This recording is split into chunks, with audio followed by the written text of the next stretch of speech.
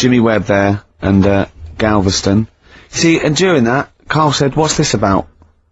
Didn't you? See, it's things you're interested in, you see? If only you're that inquisitive when the Tudors and Stuarts came up, you'd have a C or a B. So we didn't do Stuarts. Didn't you? It's just Tudors. Oh, they're the worst, aren't they? Stuarts, I've got a lot of time for. The Tudors can, you know what I mean? Listen, right. As you know, I lent Karl, part of his education is historical education. I lent Karl, Gladiator, the movie on DVD, which he watched on his PlayStation 2, and, Rasputin. Do you know last week when you gave me this, did you know my result for history? No. That's weird, isn't it? Yep. Now, right, okay, it's the film review. Karl, you just tell it from the heart, tell us what you thought about the film, what you thought Can I just ask, is this the first time you'd seen Gladiator? You'd never seen it before? No. Okay. And what were your thoughts? Okay. The film review. Gladiator. It's alright. Nothing great. It's like an old, sort of an old version of Rocky done in the olden days, really. Right. A bloke fighting other people. Sure. How sort of well known is the story? Do you reckon people know the basics? Well, just very quickly, just do the plot. Quickly. There's a guy called Max. Maximus, yeah. Yeah. There's Caesar, and there's Caesar's kid, and Max goes to war, sort of wins it, comes back. Caesar says, you're good at what you do. I wish my son was as good as you. So I want you to be in charge when I die. His kid finds out, bit annoyed about it, kills his dad, because he don't want anyone to hear that he said that he wants him to be in charge. Yeah. So his kid gets in charge and thinks, I'll show you. You're not going to be king, I am. You're going to be a slave or something. And then, next thing you see is... Sorry, can I just stop there? My only thought is the film's 3 hours long, so maybe we should go through the whole plot there. We've done the first 10 minutes, but yeah. Go on. So yeah, he's a slave and then... Yeah, but then, that was an interesting bit that I thought, right? I mean, I was watching this with a girlfriend, she was already annoyed because she wanted to watch Friends on E4. Okay. Yeah. It was a good episode as well this week. Was it? Yeah. Don't tell her that. Okay. Right, so she was annoyed and she said, come on then, put it on. And I got it wrong straight away, because it says on the back 149, so I thought that was an hour and 49 minutes. It turned out it was 149. No, I thought it was 1 hour 49. Yeah. But it was 149 minutes. Sure. So it overran anyway. By 40 minutes. Yeah. So anyway, the interesting bit was where he was going across the desert on a horse. And I think to show you how long he'd been going across the desert on his horse, he's showing you a shot of the horse's knees and they were bleeding. And I just wondered whether that's what horses do if they run for a long time. Do you know? I don't. Good. Right, so anyway, so he goes on, it keeps going on like this. He's a slave, and then he has a fight at the end with the Caesar's kid, and he kills him. And that's how it ended. Okay, good. What did you think of it? Just generally, what bits... What do you think was wrong with it? Right, well, I've read up on it, and there's already a fact that is wrong. Right. Caesar's kid, he didn't actually kill his dad. His dad died of a natural death. Right, in real life, you mean? Yeah. Okay. And, what's Caesar's kid's name? Comedian or something? Comedian. I think it's comedian, yeah. Yeah. That's where the name comes from. When a funny person is called a comedian. He didn't actually get killed in real life by Max. No. He died by his sister poisoning him, and he didn't die. No. Are you saying that this is not a historical document? It's wrong. All over the place. Yeah. Well, next week I'm giving you Braveheart, and that is actually true. That is factually accurate. I can't handle it. It is. It was a little Australian fella that helped him out. Just for people who watched it, they know that the guy, Caesar's kid, yeah, he died. His sister tried to poison him. That didn't work. Apparently, he was a gay fella, and his boyfriend, who was a wrestler, strangled him. Where did you get this information? On the internet. I thought I'd look it up to see how much of it I actually got right. Yes. And that's what I read. Okay, so, out of 10? 5. Really? Yeah. Okay. It's no good. I wouldn't get it out. And it's annoying the way it says, like, you know, this film's got to be seen at the cinema, because I saw it at home, and I don't think I missed out on anything. Very good point. I think that's probably the point they're making, but yours is valid too. We'll play a record, and after that, I'm going to ask you about Rasputin, the Mad Monk. I like that. That's all right. It's a bit easy. It's not their best. I like their earlier stuff a little bit better, you know. But what I don't like is them throwing around mollusks. I don't like it when that poor little octopus gets flung around. I know it's dead, but there's a certain lack of respect for the whole mollusk community. For the squid and octopi Like I said to you, when I used to go to Wales for my holidays, they used to get washed up on the beach and people used to go over them on the motorbikes. And they were cheering and stuff, and it's just like, do you realise what you're doing? Yeah, sick, isn't it? But anyway, Gladiator, just was going to add on the end of that, if you're into that sort of film, Jason and the Argonauts is probably a better bet. Is that factually accurate? Did you look that up or not? Did skeletons actually come out of the ground and fight? Yeah. I don't know, but it's a more enjoyable film. Okay. It's shorter. Okay, now, just moving, quickly on, just the last item on Karl's re-education this week. Rasputin, you read a little book about Rasputin? What did you know about Rasputin before you read the book, Karl? Can I just tell you? When I handed him this book, it was my house, he went, is he the one that lived under the bridge? And I went, what do you mean?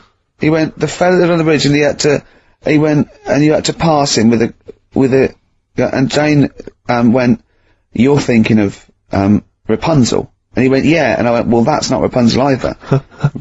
Rapunzel's, you had to say, isn't that, you had to guess his name. The person who lived under the bridge was a troll in the three little book graph. I'm a troll, foldy well. So, to answer your question, Steve, that's what he knew about Rasputin. Okay? So have you read this whole book? Can I just have a look at it, Rick? This whole book, it's about the size of a beer mat. Yeah, I'm just thinking, but did you read the whole thing? No. You didn't manage to read the whole thing? You didn't even do that? Well, again, some of the names in there are so long and foreign sounding that I just thought, I can't remember all these. So I just got to the meat of the story. Go on, what did you learn about Rasputin? Right, he was a monk. Yep. Mad? And, Was he a mad monk? Hang on a minute. Don't confuse him. Sorry. Right. Go on. God. You see, this is what happened in the exams. Right, he was... Oh, don't do that when I'm drinking, Karl, please, mate. He loved his women. That's how the story started off. He had really nice... The story started off? Yeah. He had really nice eyes, and that's what everyone fell for, especially the women. Yeah. Anyway, the people back then thought he had special powers because, he could hypnotise people or something. Oh, yeah. And it was about a little lad who had some sort of blood clot on his leg. And he said, just calm down, and you'll be alright. And people thought he had special powers, but what he was doing, he was saying calm down and he relaxed, and it stopped the blood flowing sort of as fast. And that's how he got better. But anyway, that's the only bit of special work that he did. And then he kept going on, and he was going in brothels and all that. And the people in the town thought, this isn't right, he shouldn't be going about doing this. And, where does he live? Russia. Right. Is that right? Yep. What sort of era? I thought you'd might know, No, about 1800. Okay. Oh, right. Okay. And then... Do you want to check that, Steve? You got the book? People got sick of him. People got sick of him, and they said, oh, we'll have to get rid of him. So they tried to... He loved cakes as well as women. Okay. So they said, let's poison a cake. And they poisoned a load of Easier than poisoning a woman, wouldn't it? And he ate these cakes, and it just didn't kill him, and they were like, God, what's going on? And they kept giving him more and more cakes, and... He was suspicious. And that didn't work, so the fella said, that's it, I'm going to shoot him. So...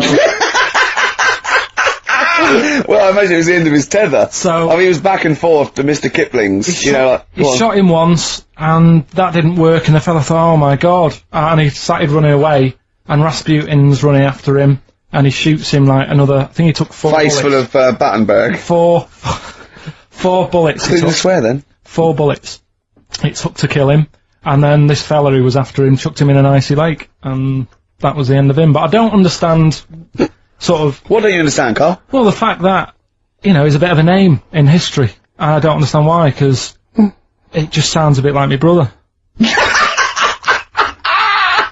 Does he love women and cakes? And do you think that'll be his downfall?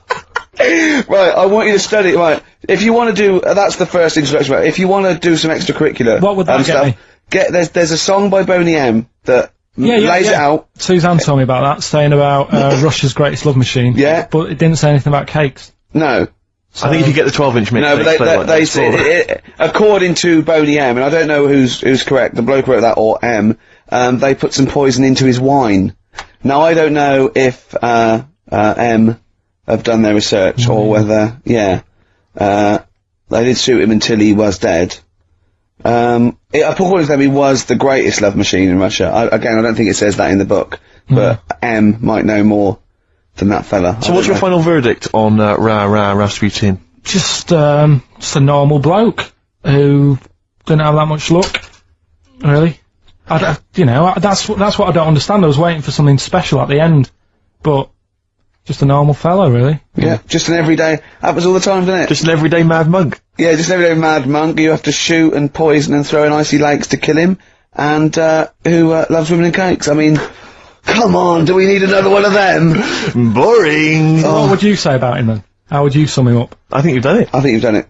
There you go. So next week, Shape... Sugar babes are freaks electric.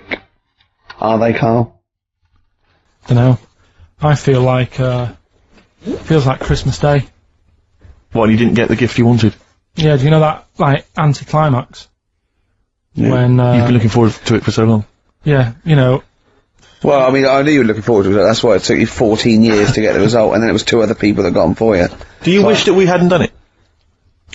No.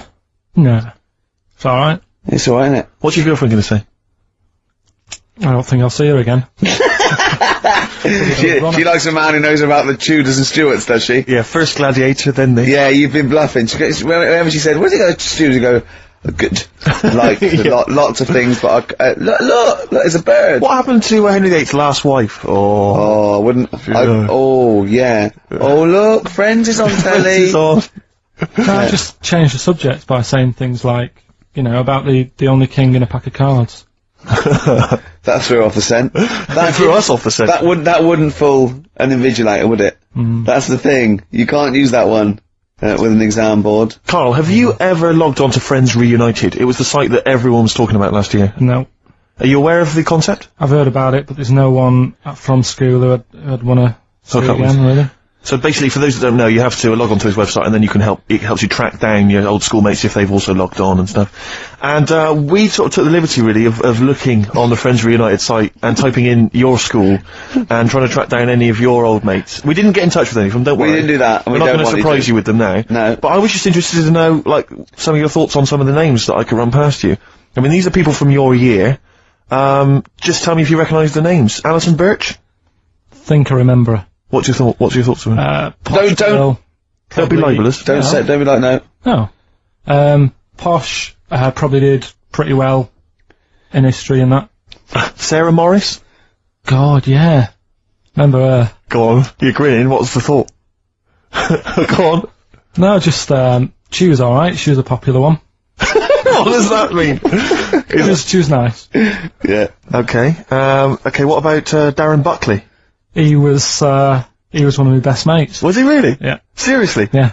What do you reckon he's doing now? Do you still keep in touch? When my mum and dad were still in Manchester and they had a butty shop, he used to go in because the bookies was next door. I know the way he paints a picture. He used to, if you did this in your history exam, Carl, you will walk it. Go on. So your parents had a butty shop, there was a bookies next door? Yeah, and he liked having a bit of a gamble, so he used to, I think he works for some insurance company. Do you think that his fiancée Beth knows he's got a gambling problem? Yeah.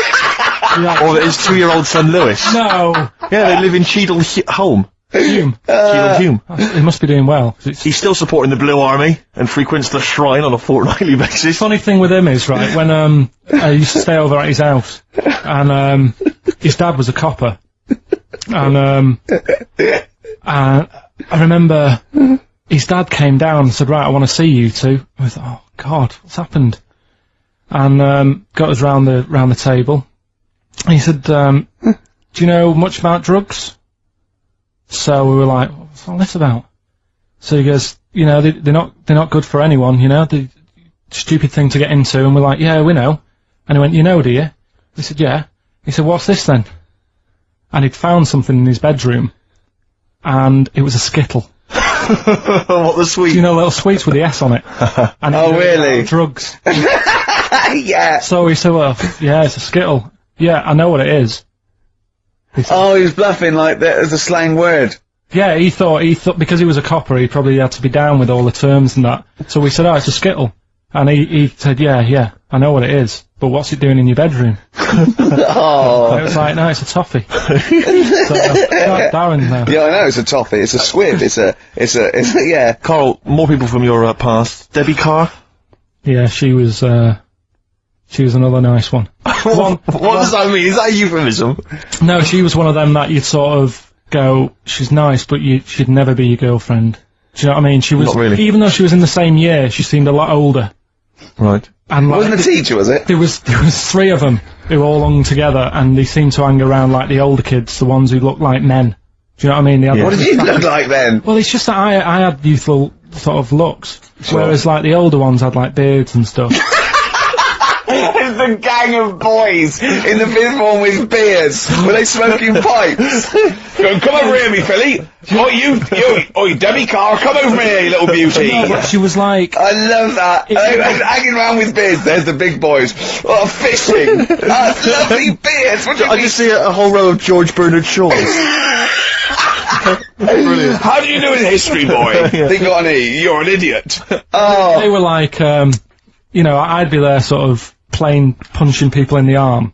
Oh, yeah. Oh, that's a great game. Oh, I love that, punch people in the arm. Is that part of the Olympics now? it's, I think it was exhibition this year. Right. But it's going to be a pro next it's going to be the Winter Olympics because you've got to do it in just a cap sleeve shirt in winter. Yeah. So you're playing that? She, but whilst I But was she didn't doing appreciate that. She used to go, ow! You know, I always think whilst I was doing that, they were like the Charlie's Angels and they'd be sorting out a mission somewhere. Because they were really like, there was something about them that you thought, you know, they're special. They were private detectives. What do they work for a man they never see? Okay, well, here's a name I'm interested in, because, well, let me just tell you the name first. Adam Clifton. Oh. Go on, what are your thoughts on Clifton? He was one of them kids, he was alright, but he had that thing when, if you didn't have enough milk, he had like, wrinkly hands, and like white bits in his nails. Oh! Because you didn't have enough milk? Yeah. So therefore, you didn't like him because you didn't get enough milk? This is not to be confused with the 2 people with the big heads and the webbed feet, is it? Webbed hands. Well, this was interesting. They weren't related. They must have been somewhere along the evolutionary sort of trail, do you know what I mean? They must have come from the same sort of stock. But you wouldn't have liked him. He's just one of them people. He was alright, but... Before you say any more, on Friends United, you can leave a little message which explains what you've been doing and what your life's like now. And most people leave maybe 2 paragraphs. Yeah. Adam, I've printed it off. He seems to have printed. I think there's about 6 pages here of stuff. He keeps updating it, and he just basically lists his memories about everyone. Okay, at the school and what he thinks of everyone. And he says, I often see Simon. He's doing alright for himself. Self-employed illustrator. Mark Cooper. Karl Pilkington. Right. And your name comes up. Now, I don't know if you've told us this story. I think you may have done, but I can't remember the facts about it. It just says Karl Pilkington with his pet bird. Was it a magpie? I can't remember. He brought it to school to show everyone, and it flew away. Oh, God! Oh, no, they do that, don't they? You show them the What was the story there, Carl? You give them seed and they just leave. What do you mean? Well, this sounds like Kez. Well, that's it. I was a big fan of Kez. And, it was the time our dog had just died. Yeah. So I didn't have any pets, and the cats were always getting run over. Yeah. And, so we didn't want any more pets. Yeah. But there was a magpie that used to fly about on the estate, and I managed to, sort of tame it. And, in the end... With a chair and a whip? What do you mean you tamed it? Well, just used to sort of hang around it and talk. But how did you get hold of it? Did you catch it? Well, eventually, yeah, it used to just come to me, and the annoying thing was, it got to a point when I wish I hadn't bothered, because he used to pop me bike tyres. He used to sit on like, if I was talking to my mates and I was on my grifter. I love how he just throws things in. It's like an Alan Bennett play. It landed on my tyre, and he used to peck at the tyre and pop it, and then he used to then never go away, so it was always like around the house, and my dad said never bring it in. So he used to sit on the porch, and I used to go out, and he used to fly down and land on my head, and it really hurt. It used to like peck and stuff. He thought it was a tyre. So it wasn't so much tamed as a stalker. Oh, God! So you took it to school and it flew away? Yeah. So did you take it in proudly going, look at my magpie? Oh. Yeah. Oh, But no. I think it got a bit confused in the area that it was in, because I used to just keep it sort of around our estate, but Sure. the school was a bit of a distance away. How did you get it there? So, tying it on my finger. Did you walk? Yeah. Wow. So it was happy there, and then it got to... But it used to be one of those things that people would stop me in the street and sort of go, oh, what's that? And I don't suppose Maggie, called it Maggie. you didn't get Charlie's Angels to go and find out what happened to it? Investigate? Were they impressed? No, not really. No. But Listen, go on, any... Carl, let's come back to it, mate. Let's come back to it. Let's have a hip-hop hooray track. It's the big hip-hop selection from Big Steve Merchant. I don't know what I'm talking about there. Just trying to sound hip. This is Spearhead from many years back. A track, again, I think got largely overlooked at the time, but worth hearing again. People in the Middle. Which is as good as me. I'm just going to tell the listeners there, Carl, this is quite a little insecure sort of chap, and he was just worried about that last bit. He was going, who would ever find that interesting? He was worried about people finding him boring. And Steve said, as I said, you know, it's like an Alan Bennett thing. He went, yeah, but, you know, no one would care about Alan Bennett if he wasn't such a hit maker. They wouldn't care what he had to say. And we just looked at him for a while, and he went, thinking of Tony Bennett. Bless him. Listen, it's almost the end of the show, Carl. Oh, yeah. And it's really been a Carl special. This is a Carl hasn't special, it? yeah. Well, next week, won't be we'll getting lay this off much next week. We have to We're not know. going to... He wants to retire a little bit, just, Well, those old lottery numbers might come up tonight anyway. You might, what are they again? What's the 4 you've got with? Put them away now. What? Come on, well, give us all 6. No. Why? Carl, while you're rummaging for that, 5, 9, 12 and 26. a few more names that you may recall from Friends Reunited. Go on. Lisa Shufflebotham? Do you remember her? Yeah, she, Was she one of Charlie's Angels? no, she wasn't that nice, but she wanted me. her and her mate Rachel, I remember, I don't know why, but it was some sort of PE lesson where it had to be a bloke and 2 girls, and they were fighting over me. Could you hear what they were saying? They were just like, I want him, and I was loving it.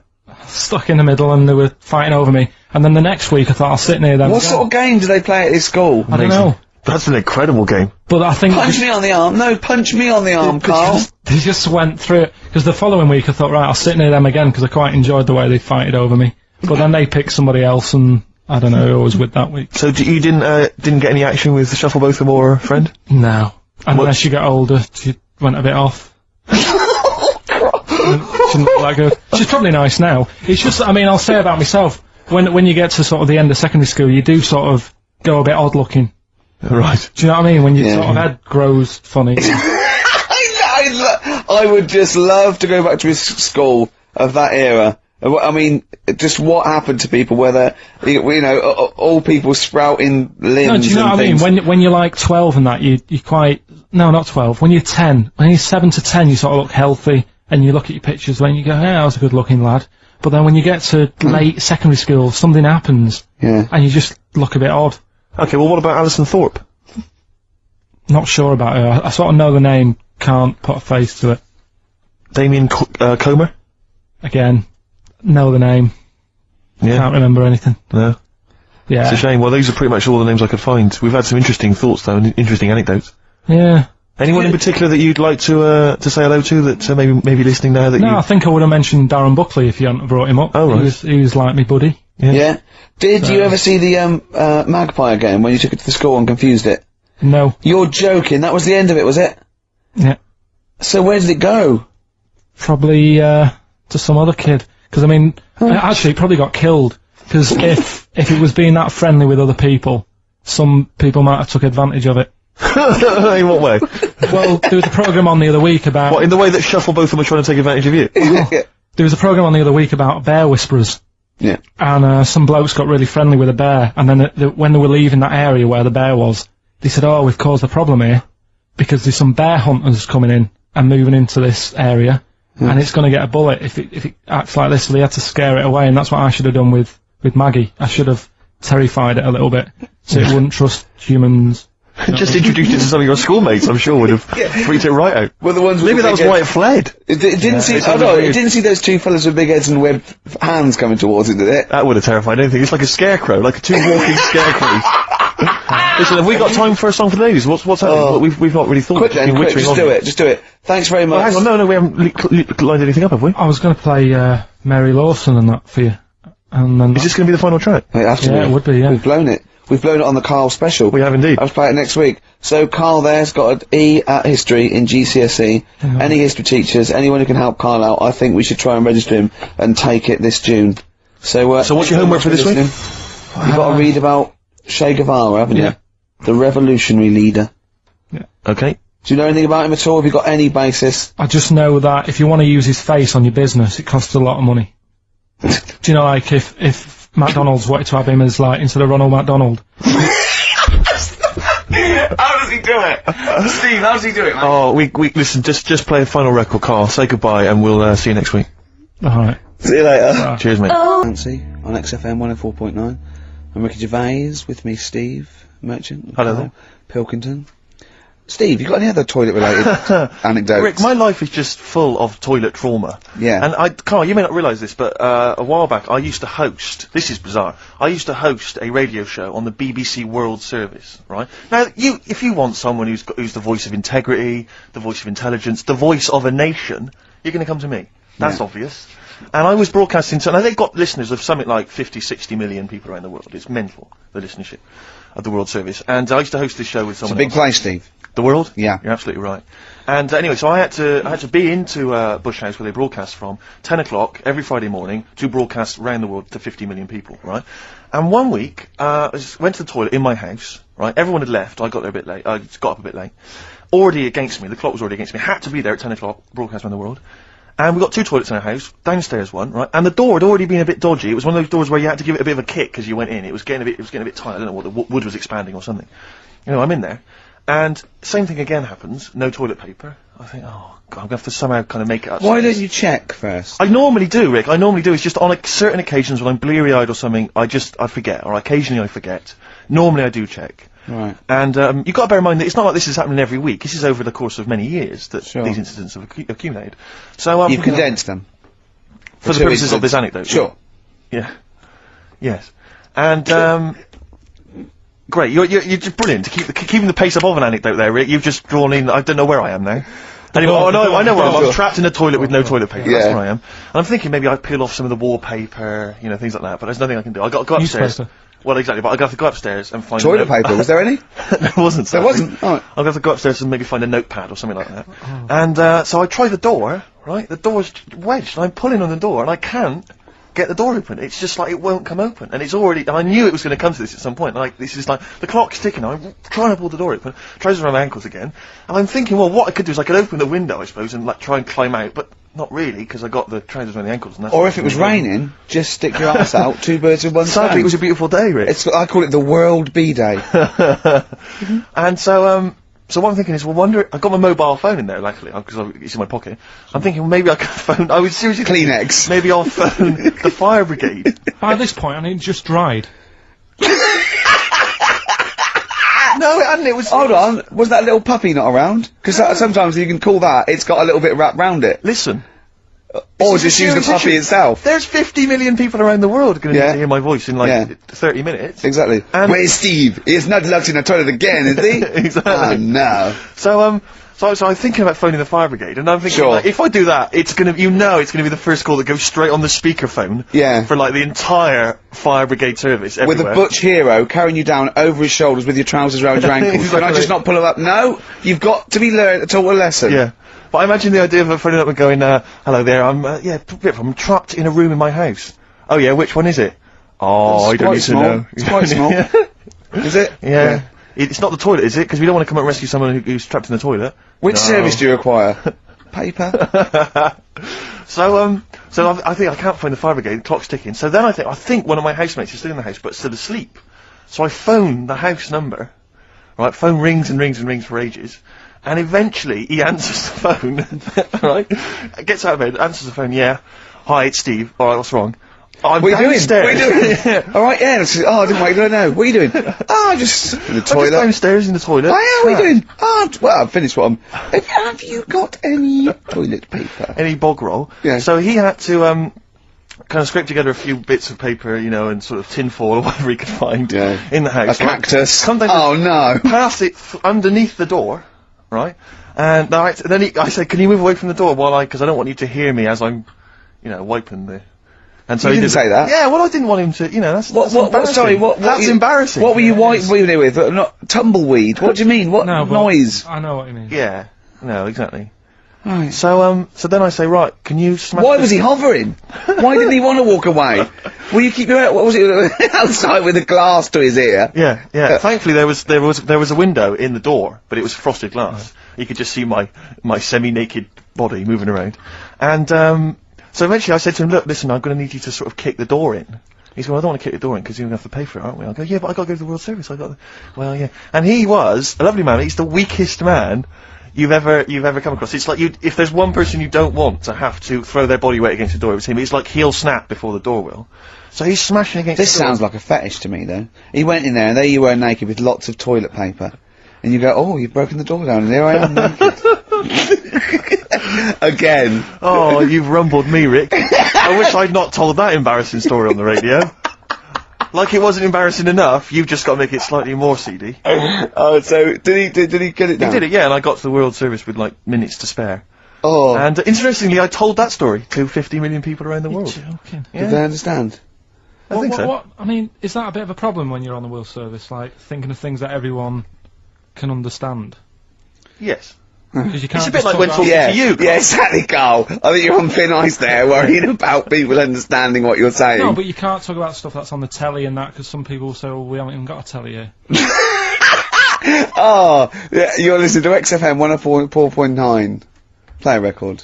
All apologies on XFM 104.9. I'm Ricky Gervais, obviously, with me, Steve Merchant, Karl Pilkington. Well, Steve, I met up with. I know it's forbidden, usually. I don't know why you Let me keep just doing it. explain to the listener.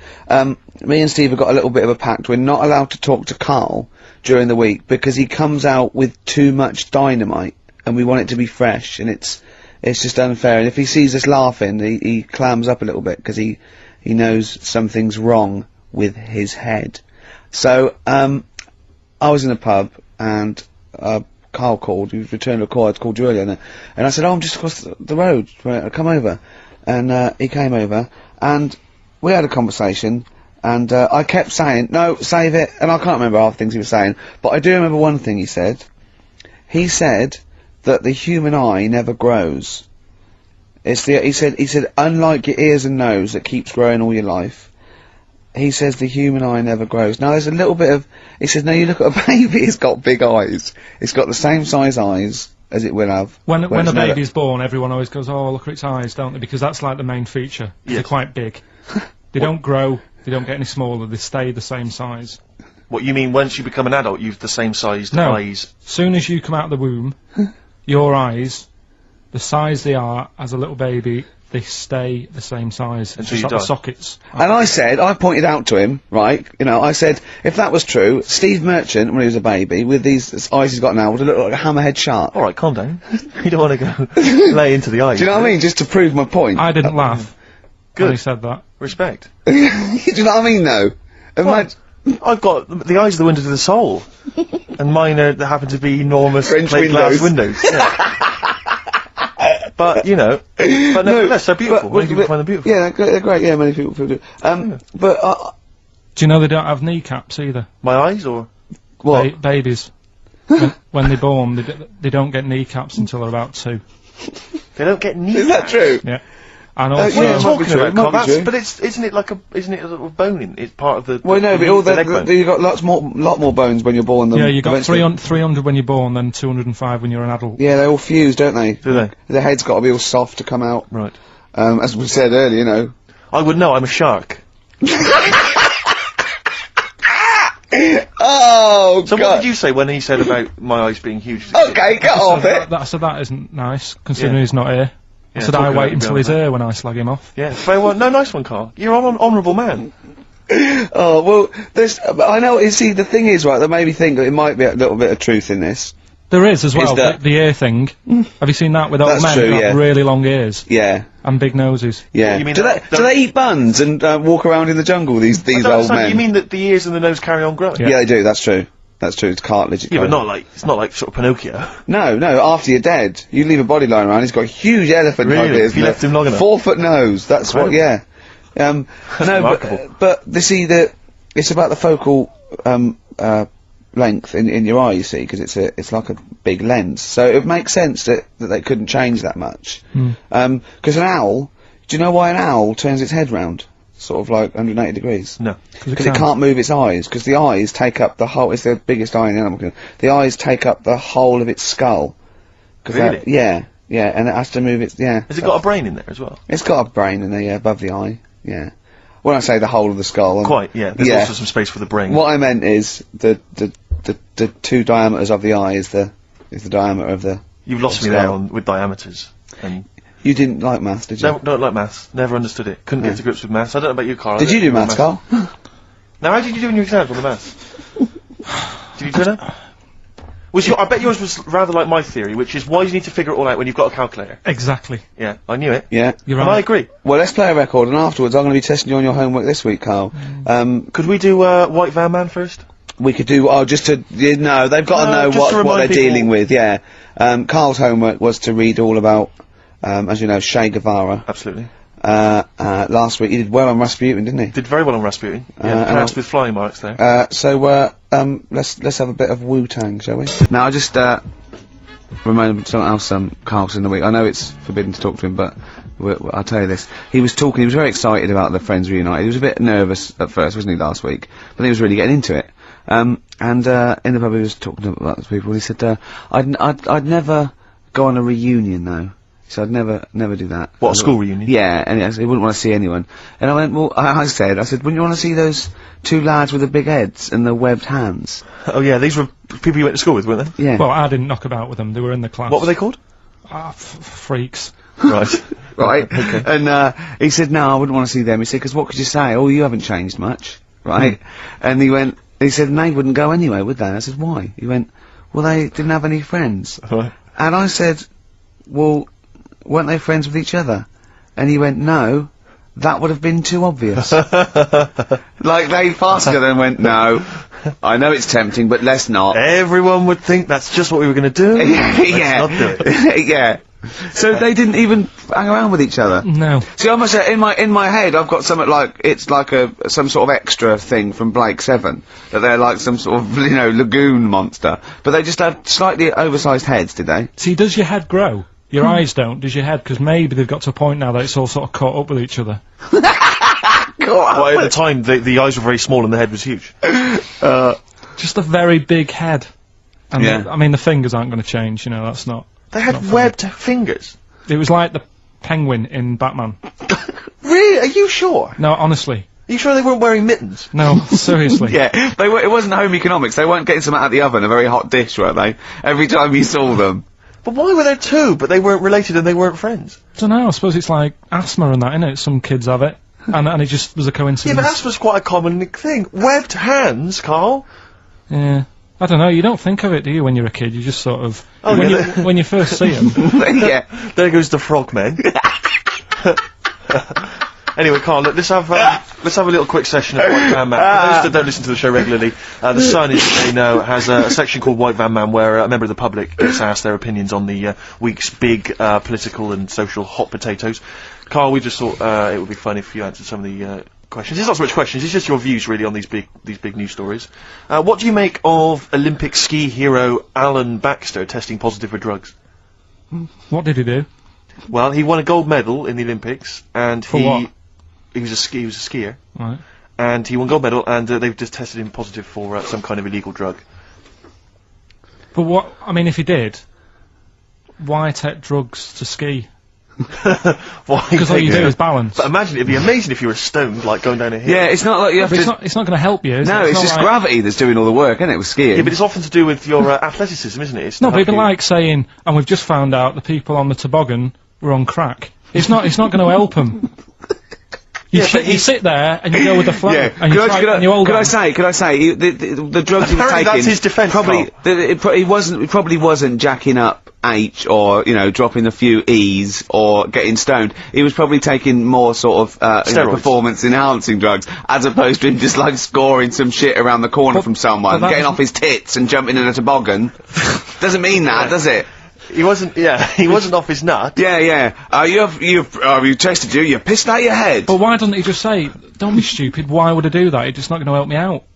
But it is, isn't it? Because performance-enhancing Hold drugs on, do. wait a minute, Steve, wait a minute, Carl. Right, look at this way. Okay, look at me, yeah? Have I got his attention? Yeah, the light's glinting off your ring there. Yeah. You're attracted to. Okay, right, no, keep concentrating. Right. Some athletes, you're aware they take drugs, that's to build up Swimmers muscle. and stuff. Yeah, swimmers. For Runners. example, runners, yeah. No, not only do they help build muscle, right, but they can actually, you know, give them a boost performance-wise, Yeah. sort of like steroids and all this sort of stuff, right? So that's the sort of thing we're talking about, okay? Right, so again, He wasn't on why a bong would that help before... you? What? Why would that help you when you... All you've got to do is balance on skis. Not when you're at the Olympic level. Yeah. There's a lot to do with, you know, your body and No, your it's legs. practice, isn't it? It's like, if you've skied for years, then you've got good balance after a bit. Oh, do you know what, Carl? Do you know what? You've made a mockery of drug taking. Well done. Right, next one, Steve. I hate this bit. I hate this. I don't know if you saw it. What did you make of Posh Spice's Warts and All documentary? Yeah, I saw a bit of it. What did you make of it? I mean, people are slagging them off, aren't they? Saying, you know, she's daft and that, but Don't make you. she's... I think they're alright, honestly. Yeah, You I think know, they're all right. she's alright. I mean, I think David's really a decent bloke. Sure. Um, Would you Yeah. agree that he's quite a simple man? yeah, but he's a footballer. He doesn't need to be... Do you know what I mean? It's like me. Yeah. Like, you know, alright, I only got an E in history. But knowing about the Tudors doesn't help me press these buttons and put the next CD on. No, sure. Do you know what I mean? Yeah. So, good luck to him, and he's done well out of it, and it's just jealousy. Yeah. I remember, though, when I was back in Manchester, I was in Piccadilly train station, and he was there, right? Not as big a star as he is now, Yeah. back then, but he was stood there, and I was so close to going over to him and saying, did you go to my school? Because I recognised his face, but I didn't know who he was. Do you know when you sort of go, sure, I went to school, it's not the one with the big head, Yeah. but I do recognise him. Then my girlfriend got off the train, and I said, I'm sure I know him. She said, yeah, it's David Beckham. And I was Oh, so thank close God to for your going over. girlfriend. Does she get an awful lot of scrapes, does she? She does, yeah. Okay, what about the fact that the pension crisis Sure. is going to force Britons to work into their 70s, Carl? You might have to carry on working into your 70s before you can claim a pension. I think it's a good thing. Because you see a lot of old people who look bored. Okay. And I honestly think if you keep your brain busy, Yeah. you'll live longer. Yeah. It's only when you actually shut down, right, that's when your body sort of dies, because it doesn't feel it has a purpose. It's like if you've got flu, keep going to work. If you have a day off, you just feel worse, you'll mope about at home, doesn't do you any good. What about, whatsoever. where do you draw the line then? What if you say lose a finger? Pop into work? Depends. If you can't concentrate because it's painful. But what if you're a typist? Or You're not going to pianist? type as many words, but you'll do more at work than you would having a day off at home. Sure. Okay. Tony Blair turning trendy with his Paul Smith designed naked lady shirt. I don't know if you've seen this. It's the one with the pictures of naked ladies on the cuffs. And, you know, I mean... Okay. And finally, how's that, see, this is what annoys me about this feature. It's just, what's that? So what? yeah, but it's the Prime Minister of this country wearing a trendy shirt with naked ladies on the cuffs. Alright. Okay. And finally, what do you make of the fact that Top of the Pops have banned Will Young singing both tracks on the #1 slot, and consequently he wasn't on there at all? They had to show the video. The first time anyone's ever made this demand. He wants to sing both the A and B side. Well, he can't. It's double A, yeah. Double A it's- side. That's what he wanted to... That isn't how it works, is it? Yeah, I agree, yeah. And the thing is, which one... I mean, at the end of the day, loads of people have bought it, haven't they? And it's Yes. like one of the Yeah. best... So it doesn't really matter what it does, because people have got it, they can listen to what song they want at home. Doesn't matter about what Top of the Pops do. Yes. And it's just annoyed me now. It's... Who's annoyed you? Just what goes on in the world. I'll tell you, you're better off not knowing. It's better being in my little world. If that's what people are talking about on the streets and asking the white van man, do you know what I mean? I think you're right, Carl. I think you're right. Jeez. Shall I play a lovely song for you? Because you're getting all stressed now, aren't you? I've not had a good day. No, I know. We tell you about it later. It's not a good day. Well, I'm going to play a Neil Young track here of Harvest. It's Alabama. It's beautiful, and this is for Carl. On XFM 104.9. I'm Richard Gervais, with me, Steve Merchant, Karl Pilkington. Steve. Well, we were talking about the news just now, and there was a story I heard in the week. I think it was on the radio, and I don't know all the details. But what I heard was that a number of, I think it was Falkland, maybe Gulf War veterans, were, I think, suing or complaining to the government because they wanted compensation for post-traumatic stress disorder. Now, I don't know all the ins and outs of it, but it seems to me that if you're in the army and you're a soldier, a certain degree of trauma is kind of inevitable. I mean, after all, if you're any good at your job, you are going to see people getting killed. So I don't understand what the ins and outs of it are. I don't know why. No, when it came back and Tony Blair met him and go, alright, well, not really, no. Go on, what's the matter? Well, if there was people shooting at us and everything, it was all muddy. Well, calm down, don't cry. Well, I will. There was a drill sergeant just kept shouting, saying, "Look at you, stupid boy, where's this gun's not clean?" I just cleaned the gun and it was fine, and now he's telling me to clean it again. Yeah, the boots, they were shiny. Well, he's got to do that, it's more His neck was as big as his head. Well, yeah, but you don't know what they, I don't know what the ins and outs of it are, but, what you got to do is make sure you know what you're going into. That's what I do. You got to check the small print. So if I was, going over to like the Falklands or the Gulf, I'd put my hand and go, will it be horrible? I go, you at the back, yes. Will it be horrible? It will be horrible. Yes, it will be horrible. There will be shooting and lots of death and everything. I go, right. I'm not going to go. And I go, okay then. Okay. That should be fine. Yeah, should be fine. Yeah, just like that. Is anyone else scared about this? Pretty much all of us. Okay then. Well, we won't send anyone then. Exactly. My brother went into the army, right? Because he couldn't get a normal job, and my dad said, if you don't get a job by such a date, that's it, son, you're going in the army. And then, when was the Falklands? Was it about 81? Right, and he joined back in like 81 or something, and he I don't know, he was in Aldershot or something. Oh yeah. And he wrote back to my mum saying, a bad time to join, bad time in this. So she wrote. What bad time to join? That's so sweet, Carl, isn't it? That's like, dear Dad. Yeah, well done. Don't know if you've noticed. Yeah. I was on the dole, that's for sure. Thank you for joining, a month before the Belgrano. Anyway. Go on. My mum called up, spoke to the sergeant, and said, can you leave him out of this one? Can you leave him out of this one? What, the Falkland War? He's only just joined, and she called him Chuck, which he got done for. Like, she's one of them, I think it's a northern thing, like saying, how are you, Chuck? Yeah. And she called the sergeant Chuck, and the sergeant said to my brother, your mum, she's called up and asked if you can not go, which, of course, we'll see how it goes. But can you tell What do you mean? Why did the sergeant even entertain this? Well, Pilkington, come here. Your mum's been giving me a bit of earache. Now listen, tell her I've told you, but can you call her, because she called me Chuck and everything. Can you call her and say you don't mind? Well, not really. Oh, please, because I've promised her say you want to go. No, please, say you want to go. Why was he entertaining this phone call? probably because he was new. What? Because he was new to the army, I suppose. Who? No, I mean the sergeant. I don't know, maybe they do that. So what happened? He didn't go in the end? So he didn't go, no. You can't do it! But that's ludicrous! I love it though. Okay, we went over the top. Pilton, No, I've got a note. Yeah. Is this really your mum? Yeah. Okay, no, this seems to be in order.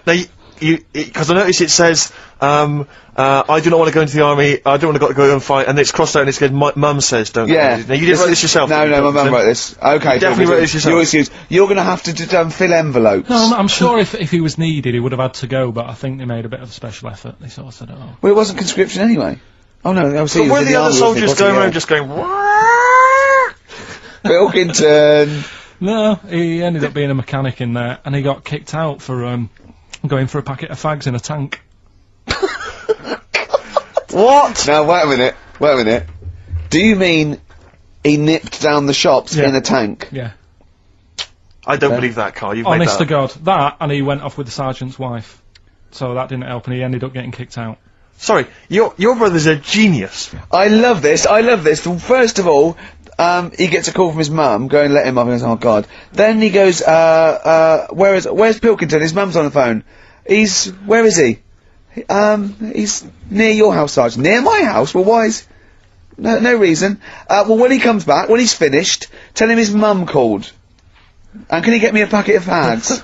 Tell him to walk this time.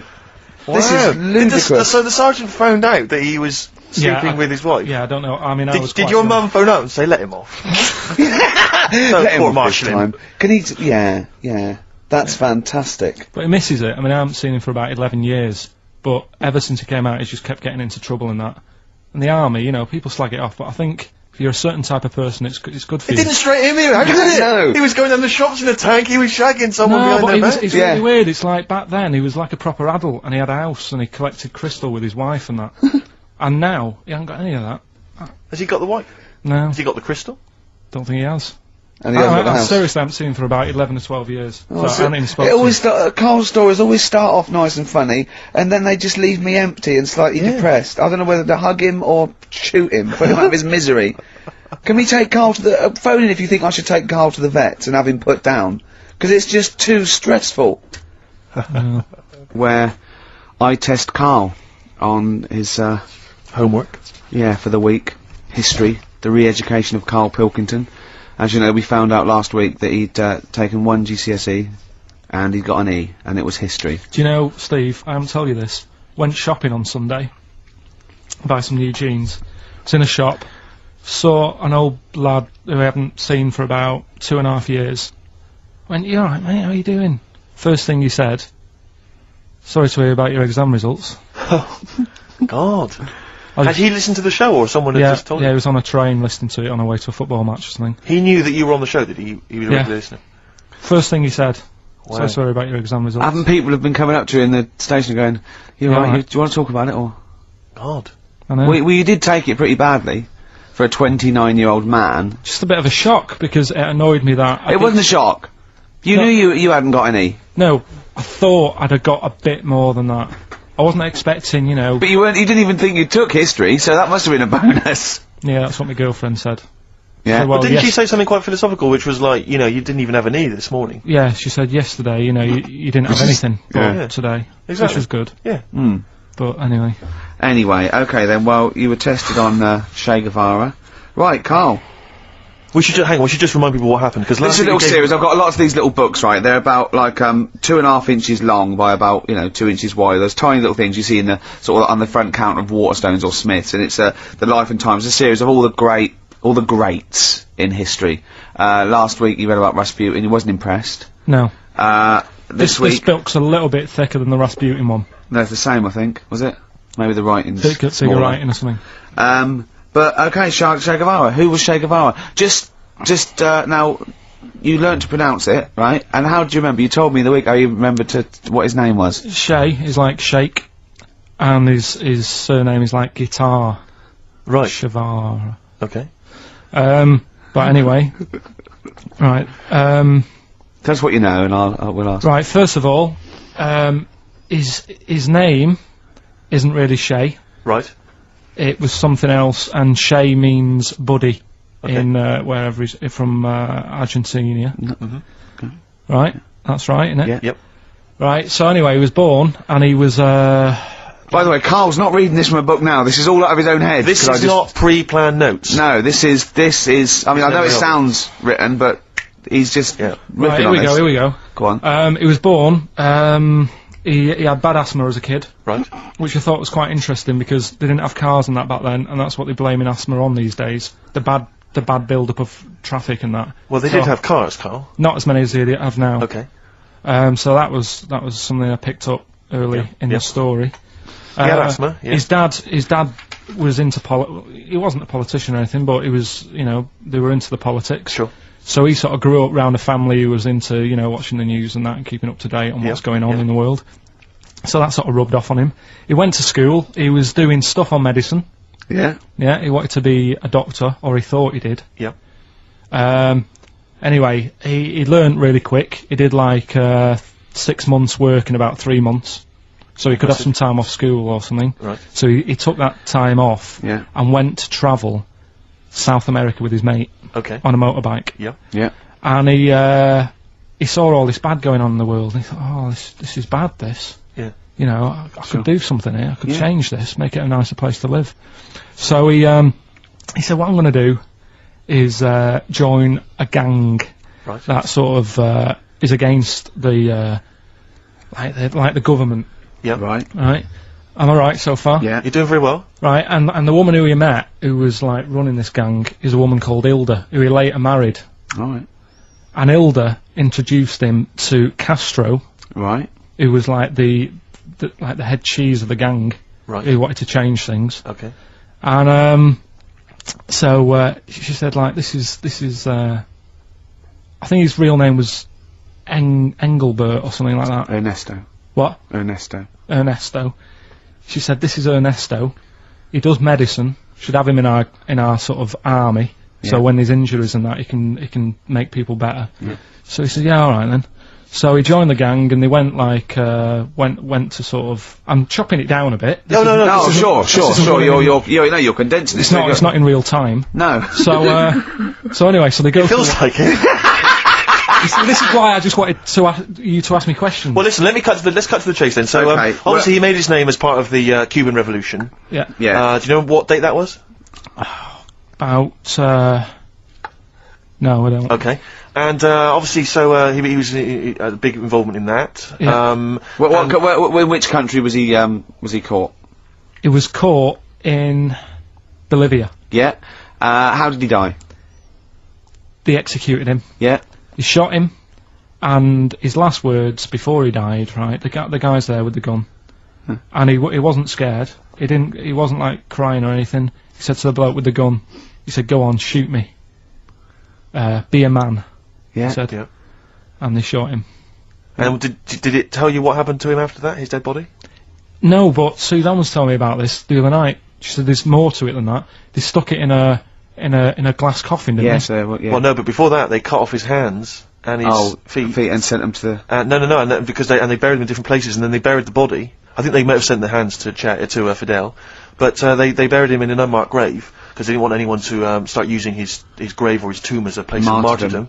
But of course, that just made him even more of a martyr because no one knew where he was buried. So it just meant that he was Yeah, but even that more wouldn't of an work icon. anyway, because if they did find out, that's more places people can go and sort of grieve. Do you know what I mean? If you've got all Genius. these different graves, What with different parts of his body? well, you've got a foot over there, and it's like, well, you know, oh god, His head over there. Thanks for Sure. what you're doing. Yeah. So all in all, essentially, what's your summary of Che? yeah, you like him more than Rasputin, don't you? A lot better bloke than Rasputin. I can understand why he gets one of those little books.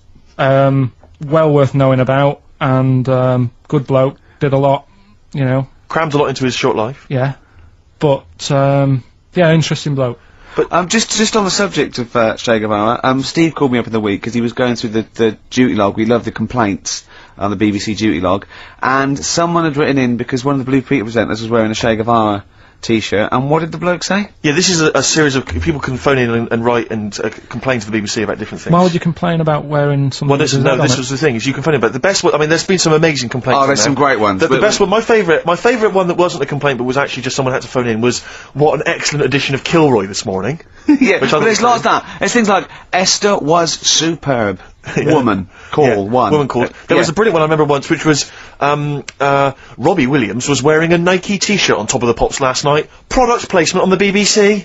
It's just all So things like pathetic. that. Yeah. But anyway, this was one phone call. There was a presenter on Blue Peter. She was wearing a T-shirt with Che Guevara's face on it. Right. And someone had written in and said, or someone had phoned in and said, very worried to see a presenter wearing Che Guevara's face on a T-shirt. Are you trying to turn my children into communist revolutionaries? Yeah. Imagine that. Imagine who's thinking that. Who's bothering to phone up with that information, Carl? Yeah. Who knows what they're going to say about this show? Yeah. I mean, you've been championing the work of communist revolution. Luckily, no one listening to this show can either write or operate a phone.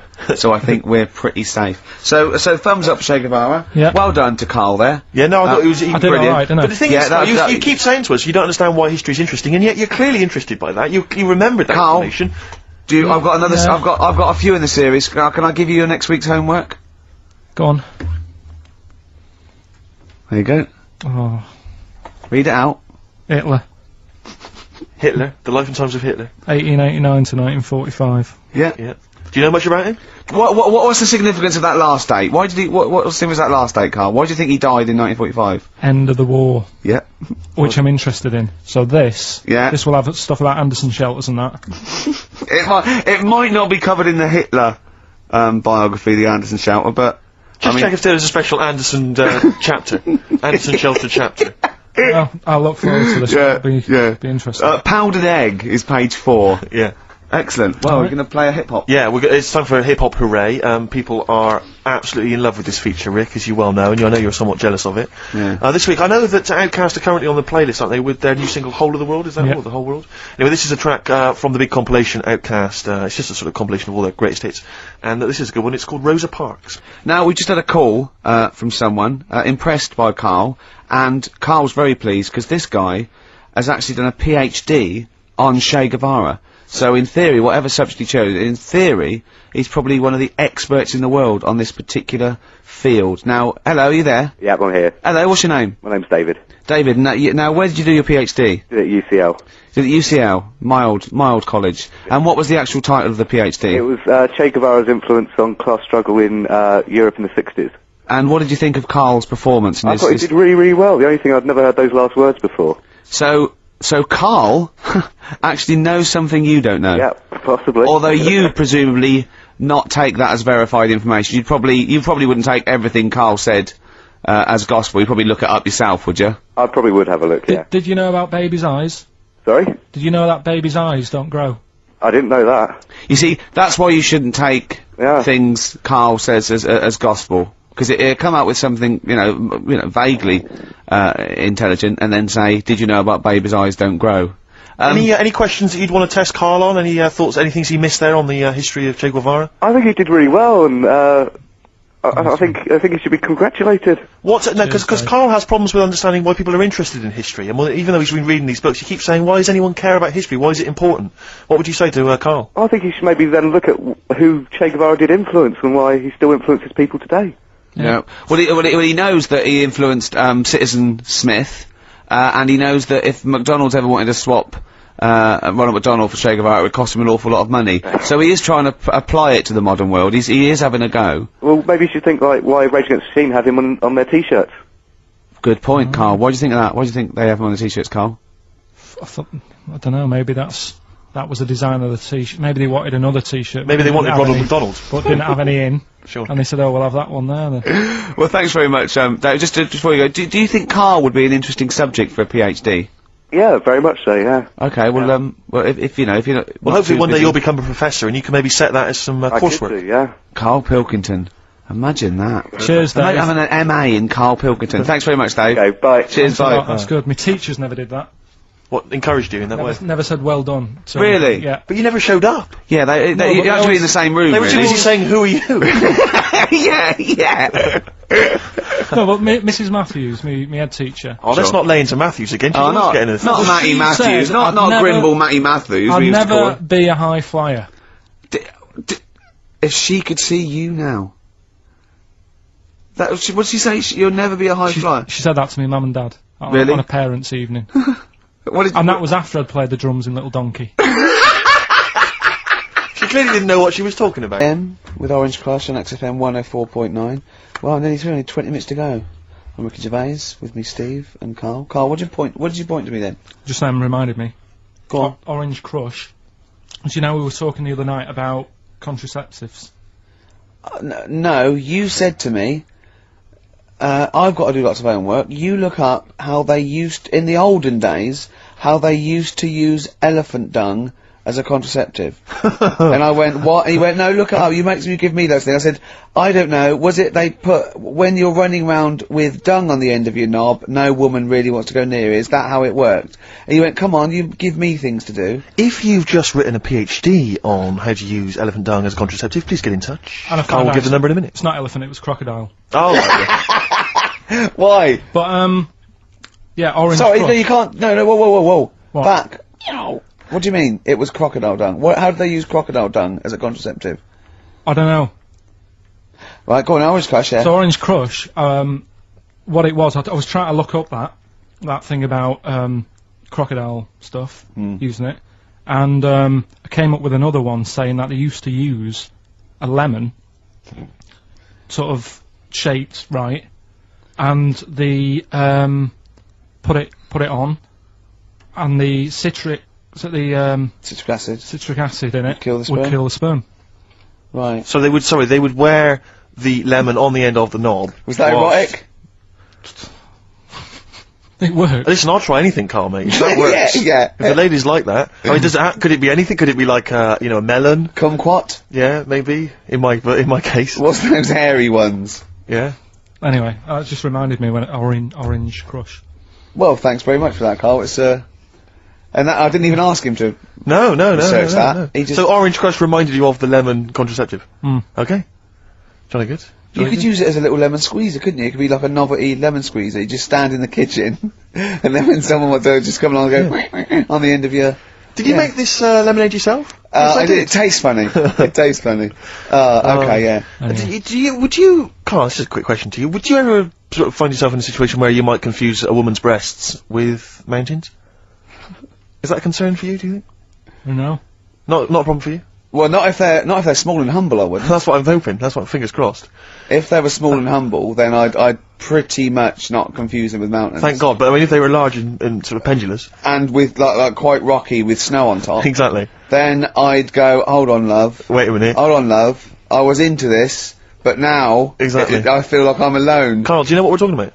Who has done that? I'll give you a clue. One more time. See, my breasts are small and humble, so you don't confuse them with mountains. Shakira. It's a lyric that taking me and the Steve are nation obsessed by with. storm. It's quite a nice song. It's got It's very much like, it sounds a bit like Men at Work Down Under. yeah, it's got the panpipes. Is this what's its kid? Who? Julio Iglesias. No, it's Shakira. Consequently, the word Shakira there being mentioned. I haven't heard of him. Okay. She's a big Latin star, apparently, big Latin American star. And, anyway, just sing it again for us. See, my breasts are small and humble, so you don't confuse them with mountains. Which is a concern. It was always a concern. Definitely. A number of times she's woken up and there's been a fat bloke with a beard and a little Sherpa. She goes, "What are you doing?" And they go, "We're just trying to climb this Look again. Oh, sorry, love. Oh, it's your tits. I didn't Oh, realise. your tits. We thought we were in I can't believe it. I can't walk on me camp. You can't camp on my tits for the night. No. Well, why are you climbing them? Well, I just got 'Cause they were there. confused. Well, they're small and humble. What are you mental? Carl, I love that look of Carl. Carl is looking back and forth. You know when you sort of you go to a cat and it looks back and forth between two people. That's very much like Carl's looking at us now. Or when, like, a child sees a midget or something in the street. They're just transfixed, aren't they? And the parents go, don't stare. When we were pushing Ash, just our producers, in a wheelchair, and we were pushing He's through not the a VC. midget, we should make No, that he's not a little midget. He's not tall. But we were pushing him through the VC, and this little kid just came up and just stood in front of him and looked at him. Yeah. I just laughed. It was funny. Do you do that? I imagine that you get caught staring at kids. Yeah, do you go up to people with problems and go, "Mummy, is that a monster?" Well, I was telling you one about when I used to go with my dad in the taxi. Oh yeah, What tell us happened? this story. Well, Your father was a taxi driver? my dad he had loads of jobs, which they did back then, and they don't do that anymore, do they? People they don't sort Have of a do variety of loads jobs? stuff. Sure. But at one point, he had a black cab, and I used to go with him. He used to get a beer crate and put it in the front of the black cab, and sort of sit just next to the Comfortable. meter. And anyway, we got this call, and like the guy on the end of the radio said, "Oh, you've got your son with you, haven't you?" So he said, "Yeah." So it's just like, we've got to pick up at number 11 Village Lane or whatever. And he said, "Oh, right." And it was this woman. It was like a woman version of the Elephant Man. Wow. The Elephant Woman. Yeah, it looked like... it was really strange, because I was in the front of the cab, and when you're a kid, if something looks odd, you're a bit scared of it, aren't you? Yeah. And my dad was like, "Look, it'll be alright." And we're driving towards her. Look, don't worry, son. I've got loads of buns. And just to I think give I'll you- just throw one down the street if you run after You're it. being mean, right? I am a little bit. So Yeah. how old were you, 18? No, I was about 12 or something like that. 11, 12. And as we got closer to her, it looked like she was holding like a bag of spuds on her shoulder, For a snack. Right. and her head was all a bit mangled and messy and that. And my dad said, "Whatever you do, don't stare at her face." Yeah. And she got in the Because you back. turn into stone. She got in the back, and I had like the mirror, the driver's mirror thing, and sort of having a look, trying to work out. And he said, "Don't stare at her face." I couldn't work out where her face was. It was that weird. Oh, God. So I'm not sure you're from Manchester. I think you're from, like, Narnia or something. Yeah, you got frog boys walking around. The Lord of the Rings. That got, like, the claws of a lobster and the head of a toad. Yeah. And you got women getting in with spuds for heads. I mean, what This is not Manchester. is This this is not the place place? you grew up. This is mad. Oh, you can't believe it in London, can you? You come down and you go, look, symmetry. It must be amazing. It must be a thing to do with upbringing, though, mustn't it? And because again, do you know I've said to you before, years ago when I was a kid and didn't have any worries, good-looking lad, you go through it a bit, have a few more worries, and you look knackered. Now back there's a lot more worries and stuff, so you get a lot more freaks. Whereas in London, everyone's like happy, aren't they? I love the fact that stress can cause your fingers to fuse and your heads to grow. No, but if She must have been really stressed to have a head like Yeah, yeah. She was, Thanks, was she an accountant or something? you know what I mean. But what did she do? What did she say? Where when was she she got going, in? by the way? She couldn't speak. London Zoo, please. I think she was going to like To a the pet fair. shop. Seriously, honest to God. On my mum's life, she was. Because at the end of the day, that's a good thing with animals. They don't judge you, do they? She's not She an was an animal. animal. She's a human being. She's not actually an elephant. No, but she. You know the Elephant Man was not actually an elephant. You understand that? He's got no elephant genes in him at all. No. That was just a cruel name people gave him. Yeah. No, it's the name of the disease, isn't it? Elephantitis. Look, so listen. So this woman, why was she going to a pet shop? She was going to a pet shop. What, to find a husband? Is this true? No, it is true, yeah. Oh, But God. I'm not taking the mickey, because it must be really bad for Of you. course it is. Carl, Oh, I we need to haven't- ask. I'm going on to you today about cutting myself shaving. Yeah. I was going on about that. To think that she's probably not alive now, but to think, But look, you're going to say this is a worse problem than a little cut shaving, aren't you? yeah. Yeah. Do you know what I mean? I The think you're things right. that Carl, you worry there's a about. couple of key questions I need to ask. One, if she couldn't talk, Yeah. how did she tell your father where to drive it? Did she have it Probably written got on a some note? help Did she for that, point haven't with her nose? Yeah. we? Right, this has got silly. Pick your song. But and also, finally, where did you say she lived again? It was like in a village, a little small village. Right. Just hidden out of the way. All I'm saying is we could maybe get like some sort of coach, book some coaches, get a coach party out there to have a look at her. So Take some photos. And now, You can make some lemonade. the offspring of a woman and some spuds. Please enter at your peril. Should you give me a shiny shilling? Wow. Oh, that's terrible. Well, I'm going to play a little bit of Teenage Fan Club song for the lovers here. We left it very late, which has been just rapping with Karl P here, and this is I Need Direction. FM 104.9. So, well, we're nearly there. So, will your girlfriend be proud of you now? You performed a PhD graduate It's a there, bit annoying because she's not in London today. She's in Sunderland or something, or Newcastle, right? working. So she won't know what your greatest triumph. She saw last week's and you got an E in history, and now this week you come through Yeah. with some great praise that Mrs. Matthews never, laid upon Even you, did looked she? at. No. No, just said you won't be a high flyer. Eh? You've shown them, haven't you? You never know. I mean, I had mates who, my mate Colin Makin, who Sure. did the disco with me. Pilkington's making music, yeah. Pilky's making music. Yeah. He was dead brainy. I don't think he's up to much these days. Sure. You Just- can't plan it. Yeah. Just goes to show. Well, I mean, you can do there's a certain amount of planning you can do. I mean, driving a tank down to the shops with some fags, Yeah. never going to mean you're a high flyer. You know? And that woman who you picked up in your black cab, she's in a circus now and she Yeah, can happy. fly, which is good. Am I confusing that with a film? You went to see a film this week, didn't you? What did you see? The Monsters Inc. Oh, Did you yeah. have a little argument? What was the argument about? Did you have an argument with your girlfriend or something? Because about Well, the history thing took over last weekend, to be honest, when you found out my results. That was like the talking topic of most of the weekend. And, why? What did she you know, say? you brought it on yourself. Why didn't you take it serious? Was she annoyed or upset? Well, she just sort of said, you can learn. Look, you learned Rasputin. Mm. If only you did You've that at done school. that. You've done Do you know what I Rasputin. mean? She said, you can do it if you're told to. She said, it's only because Ricky's told you to read the book that you're reading it. Does she think we're sort of like taskmasters? Does she think we bully you? Nah, she knows it's just a laugh. Yeah. What did you tell your parents about your? Nope. No. Never. Because they never even questioned where my results were, so I don't want to tell them that, I didn't get any. No. How did they do it at school? Didn't have them back then, did they? Right. When was that, Carl? The Middle Ages. I don't know. I mean, like I say, back then it wasn't about getting results and that, was it? It was just about learning trades. I mean, my dad, right? He can like put windows in his house. Yeah. Do plumbing. He should. It's dark, isn't it? He's done that first of all. Right. So he can do what? He's got a multitude of different Yeah, jobs. he can do all sorts. Do you know what I mean? If there's a problem in my flat, I can call him up and say, you know, this isn't working. What should I do? And he'll say like, Is that our brain surgeon? he'll say, oh, fix it. Sure. So what about Monsters Inc? What do you make of it? It's alright. It is a kids' film. It sort of annoyed Is it? Okay. I was having like, what gave that away?